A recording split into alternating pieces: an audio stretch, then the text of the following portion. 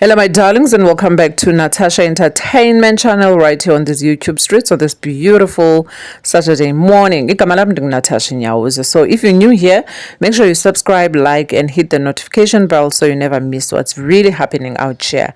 But if you are a returning subscriber, thank you so much, my darling, and welcome back to today's video. So, today, you guys, we need to talk about something that I came across on TikTok, and honestly, it's very disappointing. So, a podcast and chill with Meg G had Ramaphosa's son on the show. And during that interview, the host started making fun of Tebogo Chobejane as Basi Azindobanba. Tebogo was almost killed by her ex, this guy right here. I'm not even gonna name him. So, in a country where we are fighting gender-based violence every single day, I need to ask, what are three grown men doing laughing about a woman's near-death experience? What exactly is funny there? Because I'm really not seeing the joke. I'm really not seeing the joke.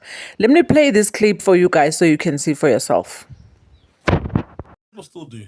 Here's my favorite one. Even Modika or Tebogo Tawajane. Who's got to die? Yeah, one must go. Yeah. But what if everybody does? Nah.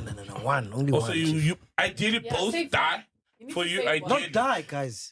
We can't say I die. mean, Tebogo- die, man. What's up with die, bro? Tebogo was gonna die. Like, wasn't she gonna get killed? I'm sorry to say it. Like, I'm sorry to say it, but I'm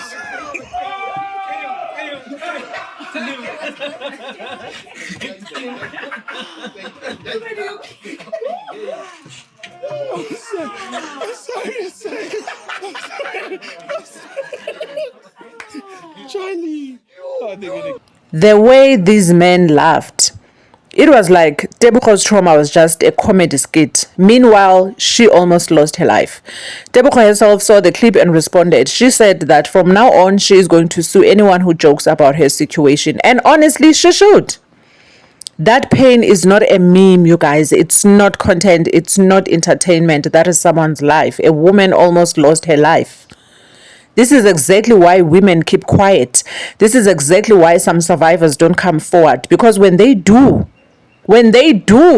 society turns their pain into jokes for clicks and views. Not today, you guys. No.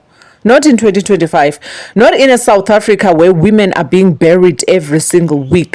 Some things are not jokes. And this one, definitely not. So what do you guys think? Do you think the podcast crossed the line this time, and should public figures be held accountable when they joke about GBV? Please do let me know in the comment section down below, and also don't forget to like, subscribe, and share the video, and I will see you on the next one. Bye for now.